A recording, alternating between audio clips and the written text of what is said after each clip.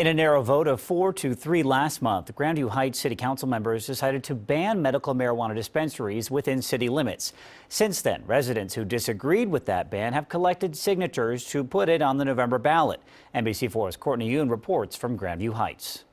The referendum hasn't been verified yet, but City Council member Stephen Reynolds, who supports getting rid of the prohibition on dispensaries, says residents have collected 412 signatures. 275 are needed to get it on the ballot. Let's just wait and see how it plays out, and we can always go back and revisit it. For City Council member Emily KEELER, banning medical marijuana dispensaries is not about taking away a patient's right to use it. She says she sponsored the legislation to ban them in Grandview Heights because it didn't align with federal law and was not good business sense for the city. We are less than 2 square miles, so space is at a premium.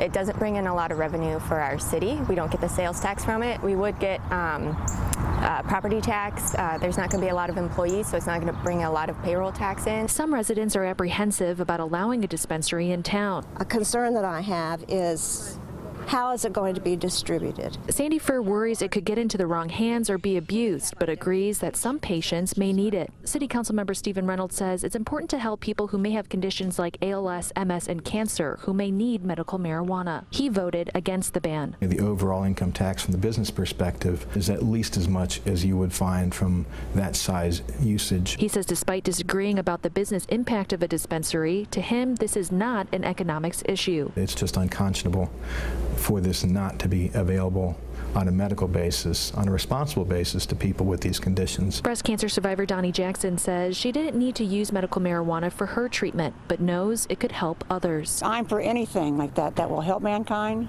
and do it in a legal way. Absolutely. We're talking about people who are seriously ill. This is not recreational. If the referendum is verified by the Franklin County Board of Elections, it will appear on the November ballot. Local for you in Grandview Heights, Courtney Yoon, NBC4.